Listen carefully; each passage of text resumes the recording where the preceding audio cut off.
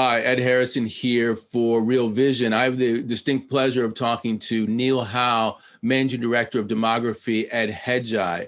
Neil, welcome back to Real Vision. Thank you for having me, Ed. You know, I was saying this is totally cold turkey because you and I, we haven't spoken before literally like 3 minutes ago. And I've been really excited to talk to you about all the changes that have been happening. I'll tell you why, in part because you and I, we spoke before the coronavirus pandemic happened. I think it was maybe January of 2020.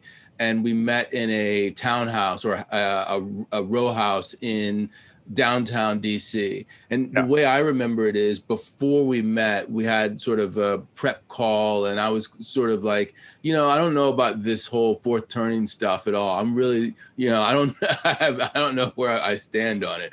But ultimately, I think, one, it was a really good interview.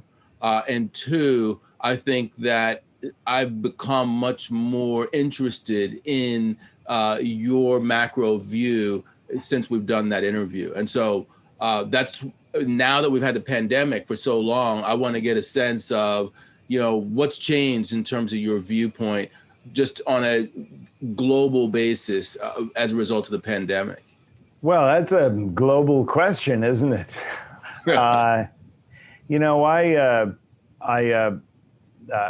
a demographer, right? And so we tend to look at things like fertility, mortality, migration, all of that. And most of the time, to be a demographer, it's like watching paint dry. You know what I mean?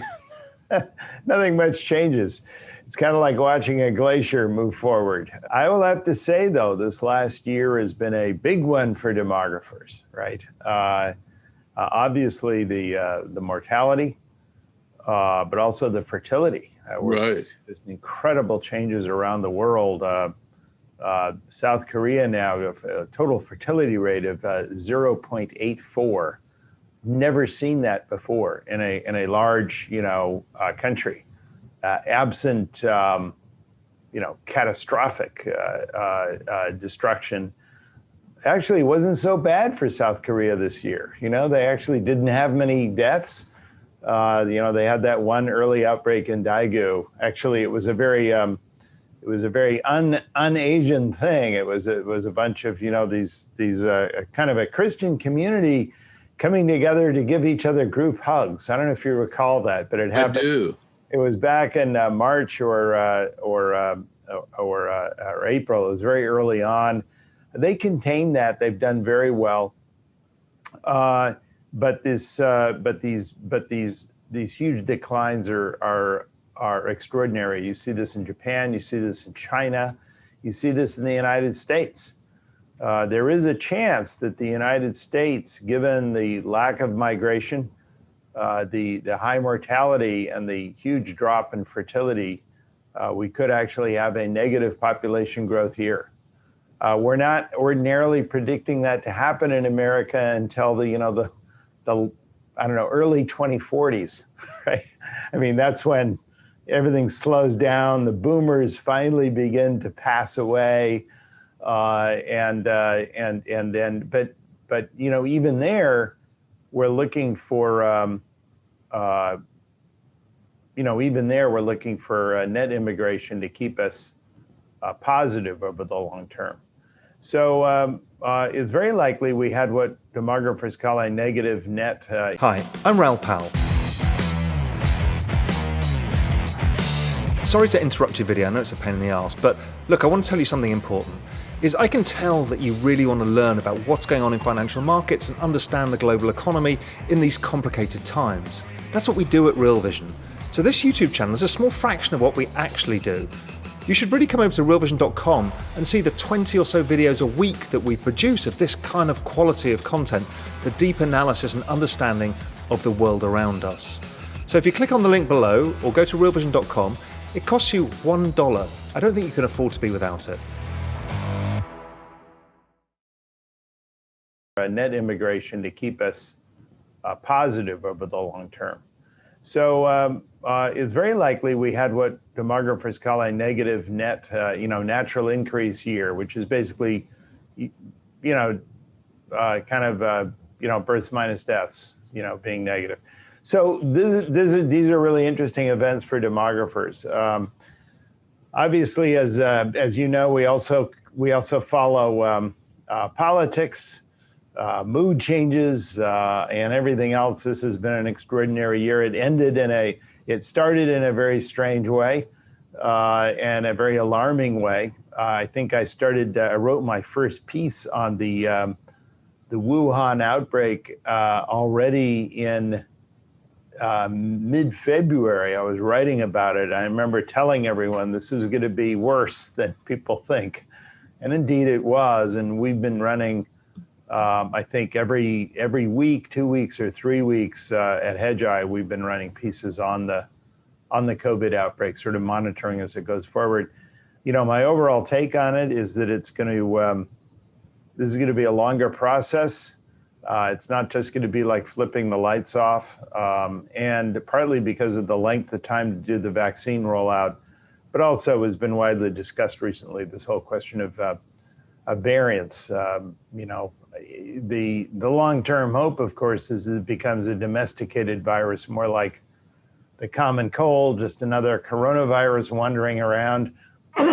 Interestingly enough, there is a theory out there, it's still a minority theory among health experts, but it's out there, that a very virulent plague, really, that hit the Western world in 1889 and 1890, which is often called, the Russian flu. It's always gets called by somebody over there, right? Is widely regarded to be an influenza virus. Right. It may actually have been, there's a few people who think it may actually have been a coronavirus, which later kind of cooled itself off and became later one of the common colds. We have about 4 of them, I think 2 of them in widely circulation coronaviruses that are just common colds. So it's an interesting theory that that's how that started out. And I think that is the idea of the long-term future for the coronavirus. But it also makes us aware how vulnerable we are to these things. Let me say that on the demographic question, the thing that I'm thinking about is how this compares to previous demographic shifts in terms of magnitude, and potentially, especially given what you're saying about the potential longevity of coronavirus and therefore some demographic changes, how long this is going to be. I have a great interest in mid-century modern culture. That's sort of like the post World War II culture. And in the Washington, D.C. area, it's very interesting.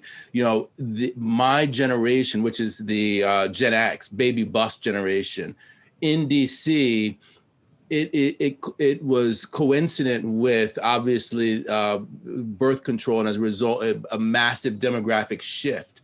Every single area that I can see, elementary schools, there was just a huge shutdown in schools. There was just a massive change between the mid 70s and the mid 80s that was very transformational for how education got done in the DC area.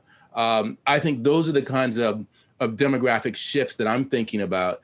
How does this compare to that one in particular? We're already beginning to see some really stunning regional changes just in regional migration. And people are moving out of the big urban areas, particularly the so-called super cities, right, that have been so high priced. I mean, we're talking about, New York City and Boston and the Bay Area and the Seattle, those kinds of places. And it's happening for many reasons. I mean, the most obvious one is people didn't want to get sick. You saw, I think it was almost immediately, people moving out of Midtown Manhattan. You could just see that satellite heat map, just everyone in the they immediately moved out, right? They had plenty of money, they could do it, they moved, right? And it's extraordinary how slowly people are moving back. But I do think that this is, again, going to be a longer-term phenomenon, partly because people are figuring out that they can work, by distance, like we are right now, Ed. We would be doing this in an actual studio, right? Right. And I think a large part of the workforce is able to do that. Now that's particularly sort of, more educated, more professional, but they don't have to be in the office.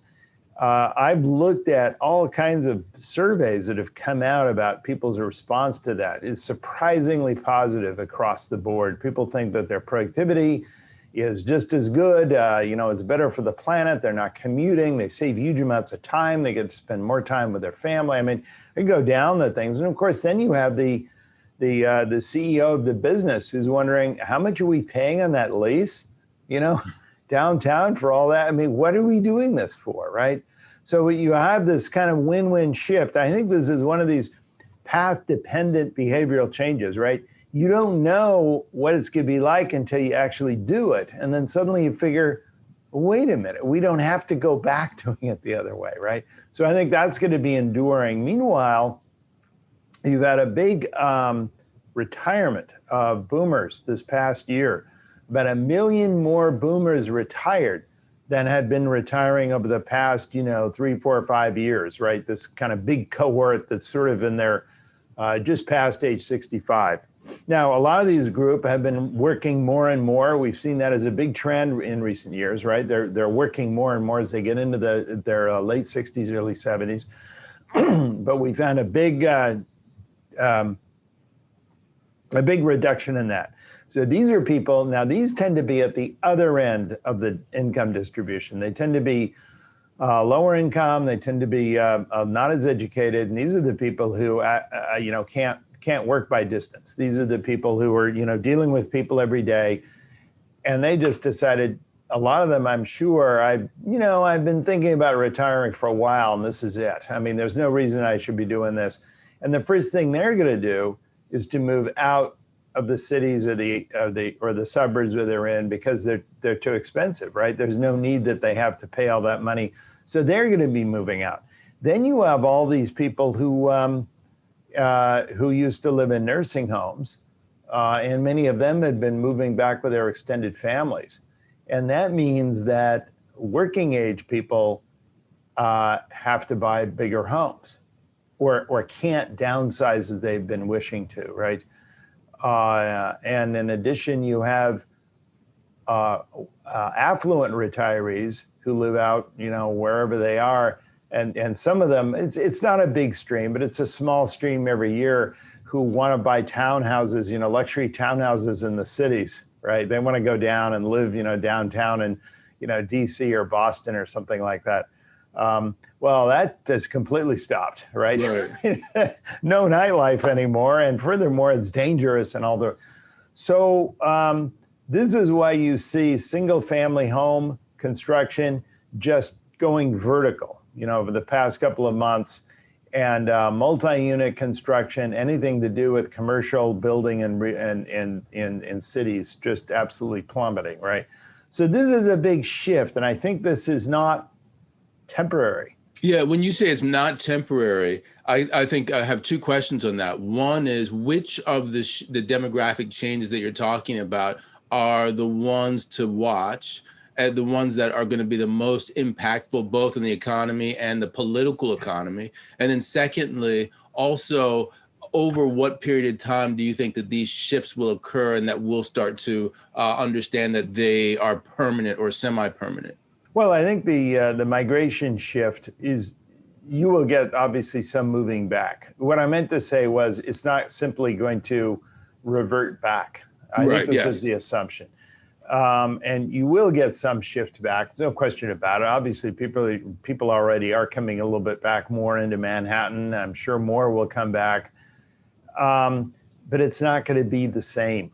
Right. And all these, I'm just thinking of a corporate headquarters, actually, that have been putting off moving into downtown Chicago, McDonald's. They finally moved down into just before the pandemic, bad timing, on that one, right? So, but this is the problem, right? So a lot of these people will be relocating back, and they will be staying back. I think that and keep in mind that even though many people are coming back, there are many people who've made up their minds to leave, and they haven't done it yet because of the pandemic. So I think it will come back a bit, but it won't come back to what it was before. And I think that will be important. By the way, I think that's a good thing. These big super cities I was talking about are places where, a lot of working age people can't afford to live. I mean, these are places where teachers have to, commute for, 90 minutes, 2 hours just to get to their job because they're not paid enough to live anywhere near the school. I mean, you know the kind of thing I'm talking about, right? So these will actually be good. And I know a lot of states, California, I think, taking the lead on this, is actually forcing counties and municipalities to do rezoning and actually force them to allow the creation of more housing units. One thing that's been terrible about these super cities is that once real estate prices began to go up, everyone sort of saw, well, okay, let's just restrict any future construction and go up even further, right? So everyone benefits who owns property, but no one can move in. And I think that it did take a higher level of political authority to say no to that. And that's happening. I think that's a good thing. So these things are probably good things. I know a lot. I think it's a good thing that people get to spend more time, with their families. And people are also becoming aware that kids can be educated more online, right? That's another thing we can do. The result of this, of course, Ed, is to take a trend that we've already seen for the past 10 or 15 years, which is something I've called the great renaissance of extended family living in America. Everyone's coming back to live in these big households. And we've seen a steady growth in the number of people living in each house, number of adults per household, right? Millennials coming to live back home, and, the older people are, husbands are living longer so that they're both staying married for longer. And, millennials are also obviously living with each other in groups. And now we see it even, going even further during the pandemic. And I think what this does is it means that the valuation that you used to give to these offices, these big office buildings, or the schools have gone back to the home. So this is why home prices are going up right now, right? The home is where everything happens, right? That's why everyone ran out of toilet paper, because the whole industry had been delivering toilet paper to offices in a different form, right? I mean, basically, all the cleaning materials now that people are buying for their home, the home is where a lot more is happening. Again, that's not going to continue at the same extreme level that we've seen in the past year, but I think that's actually part of a longer-term generational trend. As you see a lot of millennials getting along better with their boomer parents, the Xers necessarily got along with theirs, or certainly more than boomers got along with theirs. That was a terrible story, right? So that, you could say, is a very positive trend. I do see very positive trends going on in family life, but it's also been a very traumatic time. We've seen contrary to what I thought we'd saw earlier this year, there have been a rise in motor vehicle fatalities. Can you believe that? I mean, no one was driving in the first 2 quarters of 2020. But when people got out on the road, they were so completely crazy that we're actually going to have a significantly higher total mortality by the end of, when we finally count it at the end of 2020 than we did in the previous few years on the highways. The murders, looks like murders are up. Overall crime is down, particularly property crime. No one was breaking into houses because someone was going to be there, right? So property crime was way down. It looks like even violent assaults and so on are down, but murder was up. And a lot of reasons for that. Maybe people are up, buying more guns, and just a lot of crazy people. I think a lot of it just had to do with a lack of social service intervention, from cities and counties. And just a lot of lonely, desperate people. We know that all of the indicators that we track that look at sort of mental health stress have been off the charts. I mean, that is just particularly for younger people, right? And a lot of this is just isolation. I don't know about you. I'm an introvert, so I don't care, I got to live alone for 3 months. I'd actually find it a relief, but a lot of people really need that daily interaction. And then you have opioid deaths, again, surging this past year. This will be the highest 12-month period ever as of the end of December. So that's scary. We actually thought it was going down a little bit. 2019, we thought we had turned the corner. It's no longer driven by prescription drugs at all. This is 70, 80, 85% fentanyl. These are synthetic opioids. Right. That's where it's all coming from now. So it's changed in character. And that fentanyl used to just be, in Eastern United States. Now it's everywhere. Now it's in the Western United States. It's gone everywhere. You can buy it on the dark web. You can mail it, in an ordinary envelope. It's so light. I mean, there's no way to catch it. I mean, that's part of the problem. I don't want to give short shrift to the social impacts, and because we're going to talk about that and the political economy and so forth. But in the midst of that, you did mention something that was somewhat negative, I would say, on the economic impacts, and that is about the corporate property, so corporate real estate.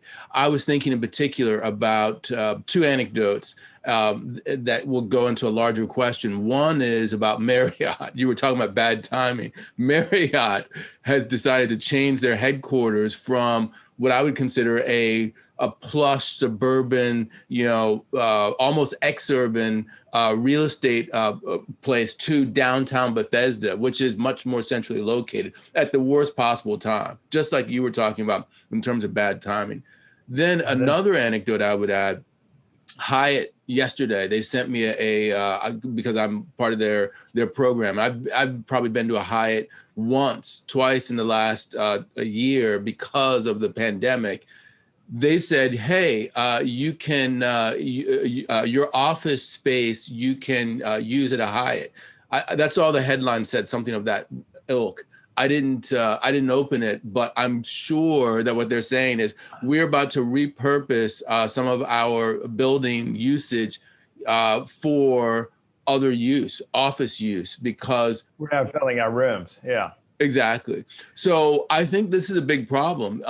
My question to you is, in terms of this repurposing of office use and in terms of the downside impact for revenue for cities, how is this all going to work out, and over what time frame do you think it can work out?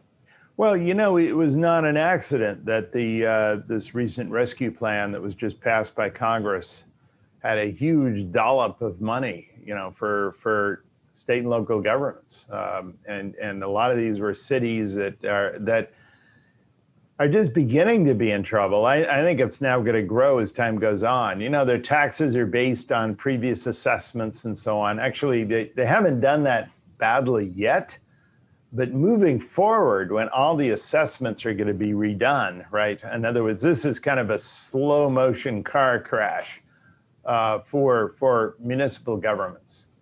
So this is a big issue. If you hold Moonies, I think that's, in fact, I'm going to do something coming up on that. These are investors who are really concerned about how each city is doing and how each city is going to be impacted by that. And again, this is kind of a slow trajectory, partly because of the nature of assessments and the nature of leases and so on. It doesn't hit right away, but you can kind of see it in advance, right? Yeah, I agree. It's going to be a big deal. It's going to be a big problem. And a lot of these cities, of course, were already underwater, in their pensions and in their infrastructure. They weren't keeping up, right? I mean, they were already like just barely gasping, right, for breath. Yeah. So this is not a great time, right? I mean, if you think about some of these major businesses and a lot of people moving out, that's like the worst news. If you're a Chicago, if you're a New York City, right? Do you have any thoughts on Europe and other areas of the world in terms of how they are impacted? For instance, let's talk about Europe, where the urban wealth is greater probably. There's been less suburbanization, perhaps you could say, in some European countries than there is in the United States. And so they're more densely packed in. Do you see those kind of demographic trends happening there? Europe is an interesting case. Europe has been hit very hard by COVID. I think their policies were somewhat better than the United States. They are a somewhat older society, however, particularly Southern Europe. You saw how much, places like Spain and Portugal and Italy got hit by COVID. And particularly, even though I think their policies last year were somewhat better, their vaccine rollout has been terrible. And that just has to do with the continuing weakness of the EU as an institution. The interesting story about COVID in Europe when it comes to the vaccines is initially each of the individual countries was going to take the lead, right? And they were very successful early on. They were calling the shots. They were going to make contracts, and then they said, oh, wait a second, shouldn't we be doing this through Brussels? We should all be doing. And then suddenly everything slowed down to a crawl, right? That's why the current EU commissioner is under a huge amount of heat for mishandling the whole thing. So they're very slow. And one of my fears is that the EU is so slow now in recovering, and they're going to be so behind economically coming out of this thing, that they're going to be unable to pick up some of the stimulus boost that's coming out of the Biden plan, right? Plus Jerome Powell, right? I mean, you just have everything, pedal to the metal, right? In the United States. And I think that one of the, if you talk to Larry Summers, you talk to some of these people, they thought that one benefit could be that all of the stimulus in the United States would flow over into these other countries. But if Europe is still shut down, then we don't buy more European imports. Those import prices just go up because they can't supply anymore, and it keeps all the stimulus within the United States. That means more inflation here, higher inflation expectations here. That means bad news for bond markets here, right? And we don't end up helping our biggest trading partner, at least in the Western world, which is Western Europe. Very much. So a mistimed recovery is kind of what I'm saying is I think sort of the biggest economic fallout of that. But I'm very concerned. I thought that Europe was doing distinctly a better job last year. I think this year we look a lot better, right? UK looks best of all in its rollout. Israel maybe looks best of all, but it got that early deal with Pfizer, and it paid more for it, and it got a special deal. It's every nation for itself, isn't it, Ed? When you say every nation for itself, it almost begs me to move into the social political realm. But before I do, just hold that thought, every nation for itself, because I think that the social side's coming.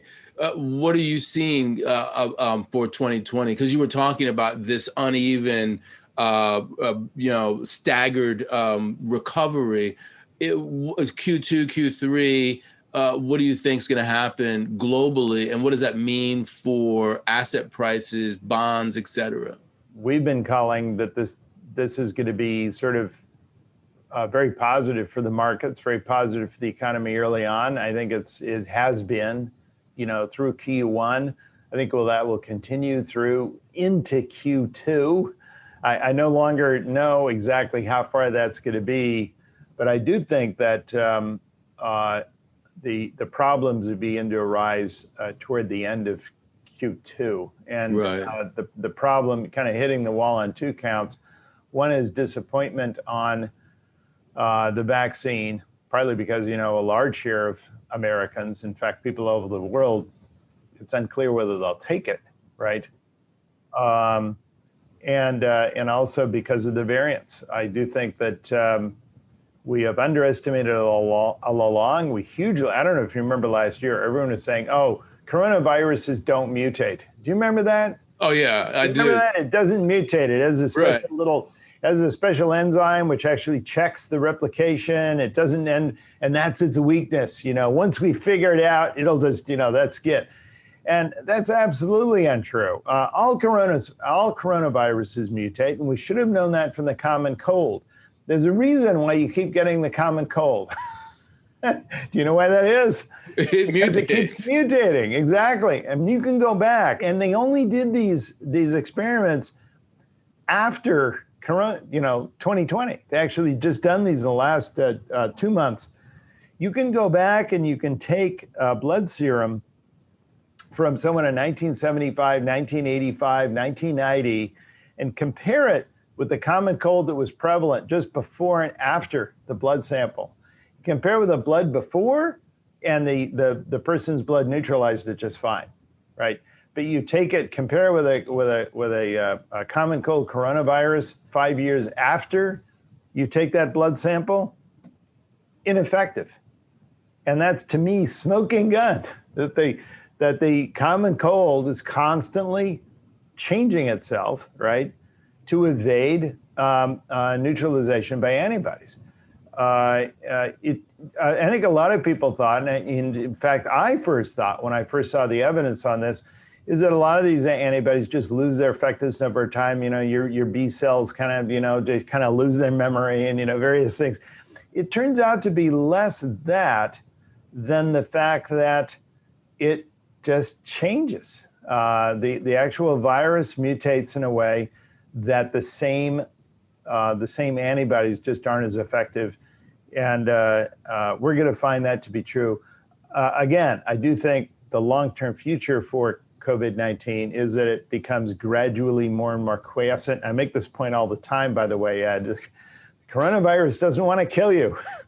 All it wants to do is multiply. Right. And in fact, it can do a lot better if you think you're healthy and you walk around and you give it to all your friends. It doesn't even want to slow you down. It wants you to give it to everybody. And one of the reasons, incidentally, why the original SARS and MERS were actually stopped was because it was too deadly, right? The virus made a mistake. It shouldn't kill everyone, or at least it shouldn't be symptomatic for everyone. That was the real problem, right? Once you had SARS, once you were infectious, you knew it because, you felt like you were going to die, right? And that was the fatal flaw of the virus. That's why it could be identified and contained. And that's why it ultimately only led to fewer than 1,000 deaths worldwide.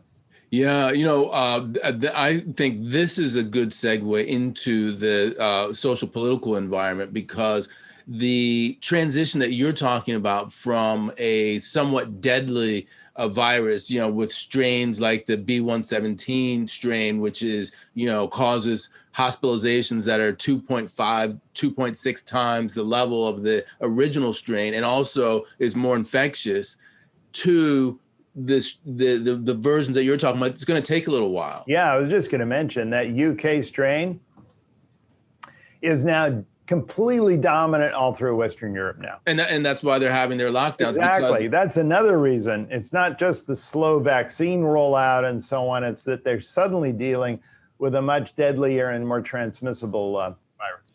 And so, as that happens, even in Germany just recently, this past weekend, the so-called Querdenker, these are lateral thinkers, are protesting. This COVID fatigue is there.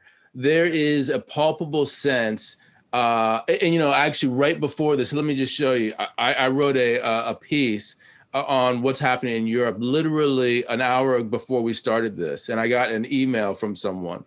This is what this email says. Look, the person says, I have 24,500 people in my Rolodex spread across all continents. As of this point in time, I am yet aware of a single person with whom I interacted personally in the last decade or at any time who has spent even a single day in the hospital for this bug. He continues on later. This is certifiably the fakest virus of all time. in that it is totally blown out of proportion. It's all a panic power grab by politicians. The people should revolt, just like 1773, 1776.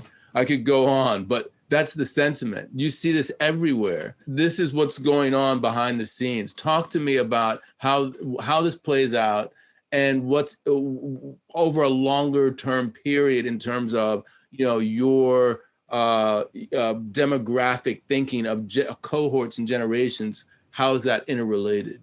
Well, it's exacerbating something that we saw hugely long before COVID, right? Which is this increasing polarization. We've seen, in America, obviously, sort of the whole red zone, blue zone thing. I mean, we've certainly covered that. It's increasingly regional. We did see, interestingly enough, even though Biden increased his kind of majority over Hillary Clinton, instead of, 1.5% or whatever, it was 4%. Of course, that was enough to make sure he got the Electoral College. The number of counties that he won actually went down slightly. So, do you see what I mean? It's a smaller number of blue zone counties, urban blue zone counties, and you got all these red areas in the rest of America, right, who are voting another way. That's worrying. I mean, that's disturbing. And it's that sense, and you get this from talking to people. I remember this distinctly back when Obama was running against Romney, when Hillary was running against Trump. People would say, I don't know any of my friends. I don't know anyone around me, right, who's voting for this person. I mean, right. How could you want, And that's actually kind of new in America. Ordinarily, yeah, some parties will be stronger than another, but they're more interdispersed, right? It's not like you're unaware that other people are voting other ways, right? But now it's like these different localities that just, it's all Biden signs or it's all Trump signs, depending on the neighborhood you're in. This is worrying, plus the development of what we call kind of mega brands. The political parties now aren't just people who stand for certain political or policy positions. They're sort of mega brands that define your whole world view, right?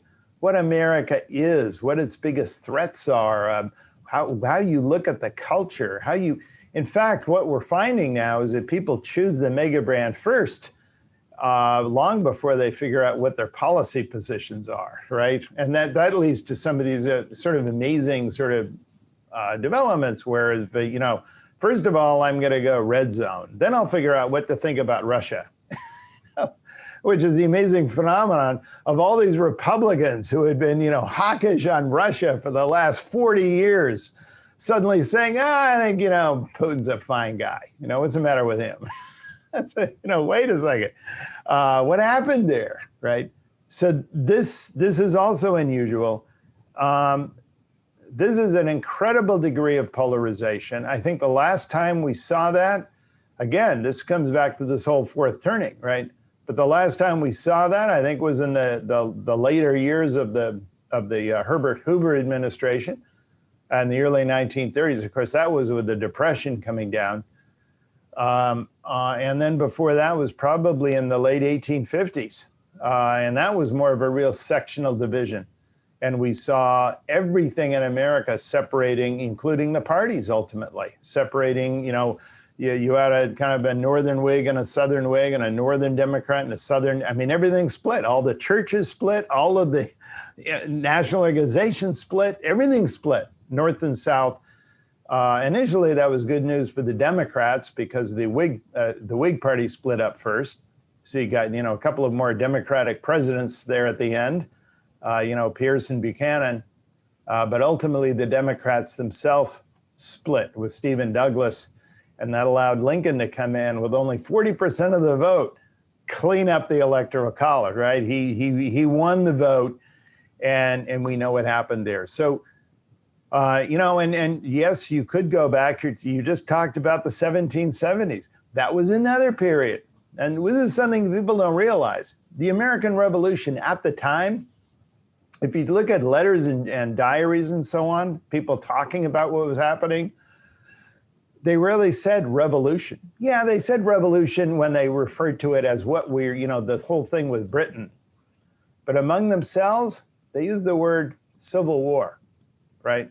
Right. It was a civil war within America. There was a large Tory contingent, a pro-British contingent in North America, and a large share of African-American slaves actually joined with Britain to liberate themselves because they were offered freedom by the British, right?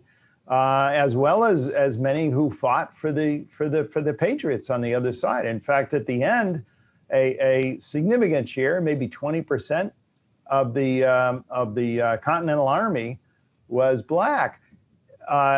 Enormous tensions, right? Huge strains in America at the time, and terrorism employed throughout. I think originally more in the North, and in the later years, in the early 1780s, in the southern states, just extraordinarily bloody and cruel guerrilla campaigns, particularly in the backcountry.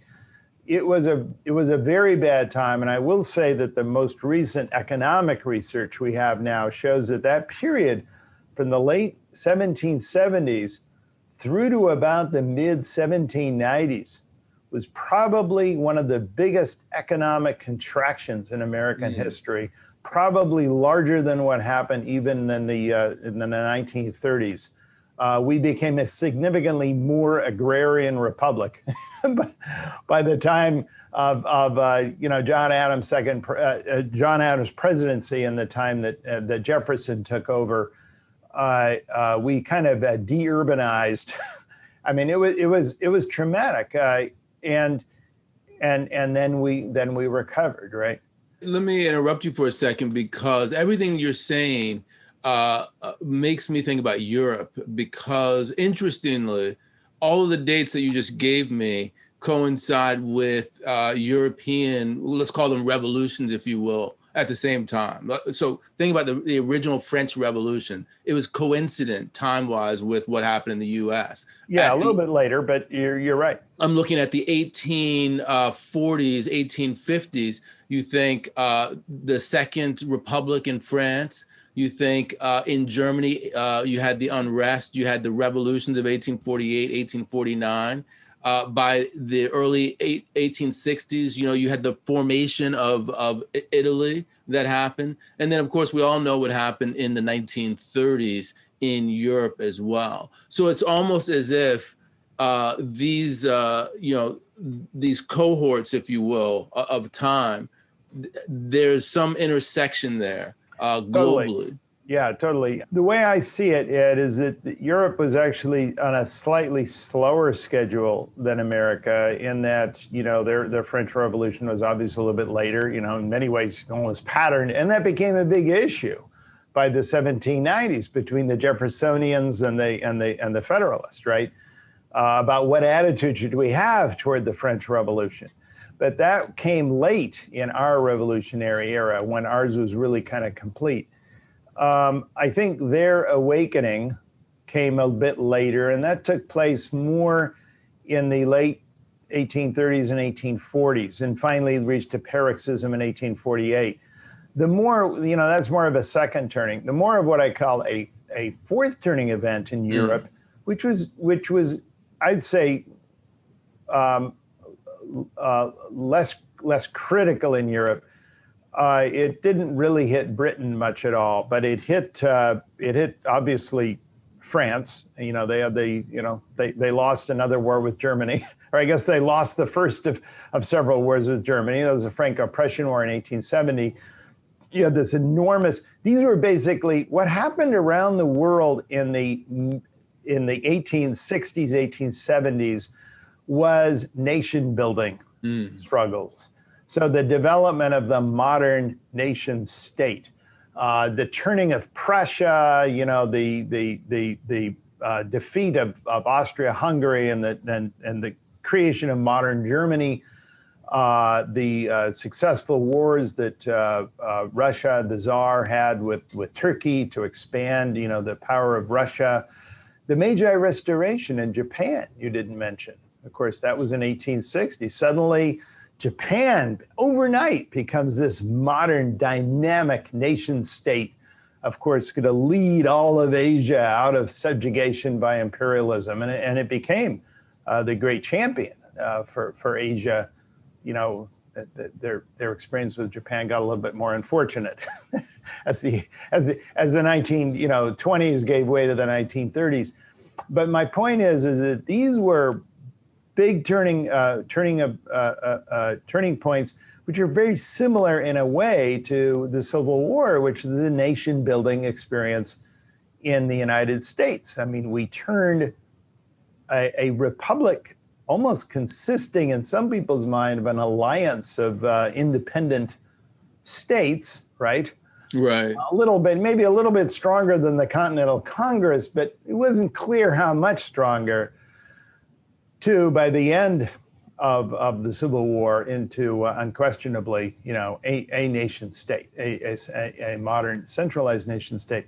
And then you're right about the 1930s, which was much more synchronized around the world. No question about it, which is why actually you get global generations that are so parallel throughout not only all of Europe, including Russia, but even much of East Asia. Remember that at the same time, the United States and Europe and everyone was fighting the Second World War, India and China both had its wars of liberation and the beginning of its own nation state and the development of what we call a hero generation, what they call in China, the Long March generation, or as they call the second generation, kind of coming out of the Civil War, Chiang Kai-shek fleeing to Formosa and 1949, which is a huge, the biggest moment ever for China today.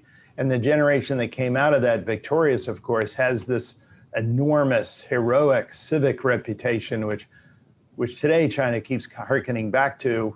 And by the way, which they mark, their century-long goal of 2049, right? From 1949 to 2049 is when they expect to have finally ridded once and for all the century of humiliation that came before. So, and that's another thing I think that's certainly warming up. I don't know if you've covered the news of Antony Blinken and the Biden administration's first confab with China in Alaska, but that was filled with fireworks. And I think that this is something that this new geopolitical confrontation is also something that we're seeing on the other side of COVID-19. In the end, although the coronavirus started in Wuhan, in the end, China did pretty well. It may not have even suffered it looks like it didn't suffer even a single year of real GDP decline. So that will be unique. One more bragging point, right? Right. And it dealt with it harshly, as you would expect an authoritarian regime to do, but I think in the eyes of certainly most Chinese, successfully, right? And that's what people count on governments to do, right? This is a good point to think. So where do we go from here? So you brought up the fourth turning. We're talking about historical parallels to the present day, and we see an ascendant China. What does this particular episode look like, and what are the parallels in the past that will help us understand this particular episode? Well, the best parallels are just looking back at other fourth turnings, and they unfold in any number of ways. I mean, some of them are very hot right at the beginning. Some of them kind of burn on a slow fuse and then kind of explode at the end. Actually, what happened from 1929 to 1946, it was a little bit more like that. You had this Great Depression at the beginning, but you didn't have a lot happening through most of the 30s. I think FDR got, put together a very successful political coalition. I mean, he won just enormous victories in 32 and particularly 1936, the first New Deal, second New Deal, didn't have a lot of success overall with completely changing the direction of the economy. That really waited until, after recovery from, yet another recession in 37 and ultimately depended on the complete mobilization, something he never could, even the Democratic Party, even the New Deal couldn't have done on their own, which is the complete national mobilization of America. And that took a global war to do. And that transformed America at the end. I think by that time, America was ready to do it. And I think it was one of the reasons why a response to World War II was so different and so much more successful than how we performed in World War I, is that we had become a really different country by then. So I think I would call that a punt, as in many different things could happen, and we just have to wait and see. Well, we have to wait and see. I will say that if you're looking more, you're kind of, look, I regard a fourth turning as a generation-long era. So that's like a lot to predict. But if you're talking about what's going to happen in the nearer future, if we're just talking about the next 2 to 4 years, I think we can be a little bit more specific, right? In other words, I think we're just talking about it. I think we've moved from, secular stagnation as being the problem, which is, post-GFC for the decade after that, right? To accelerating inflation expectations. Because I think everyone, including Congress, both parties, Republicans by default, have kind of accepted the logic of MMT, right? This is kind of modern monetary theory, and you can just print money your way out of it. Money is free now to borrow and to give out. And I think that's a fundamentally changed fiscal perspective. I think the Fed is on board with it. I think everyone's on board with it. And I think that creates a very different danger moving forward, one that we didn't face before. But I think in the long run, actually, that could be used by policymakers, not so much as a problem, but as a solution. So you got this big issue of, inequality of wealth, Ed. What about inflate your way out of it? We could simultaneously solve the problem of the national debt, plus redistribute to creditors to debtors. We just do it all in the same policy. What do you think about that?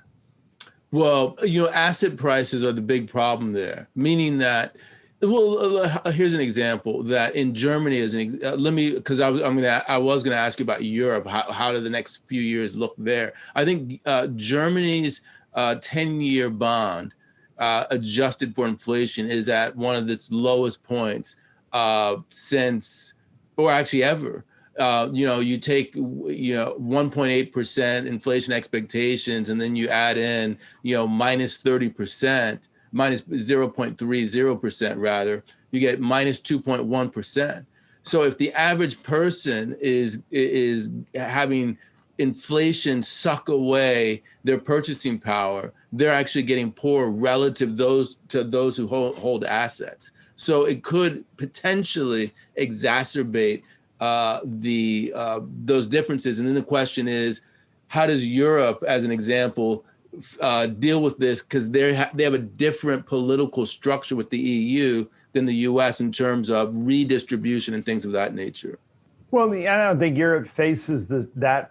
Europe faces a lot of problems that we don't. Just demographically, fertility, the coherence of Europe. I don't think it works. And then if Europe doesn't work, then they don't have a foreign policy.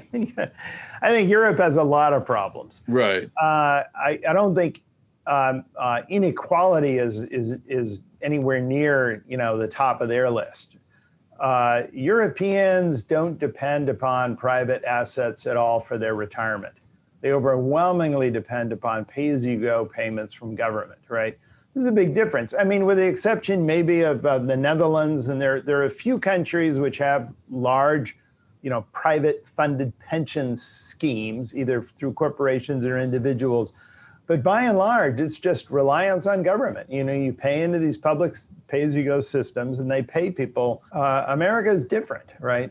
Social Security pays a smaller share for people who are in old age. We rely on these private systems. So, this is a way to, and generally these people are more affluent, who have more private income, from bonds and annuities and all the rest. Is how the insurance companies and all the financial management companies make all their money. But I do think that is a, it's not like anyone's going to figure that out. Like, oh, I have a way to fool people. It's like that will be the path of least resistance, right? That will be how we can get a massive winning coalition politically.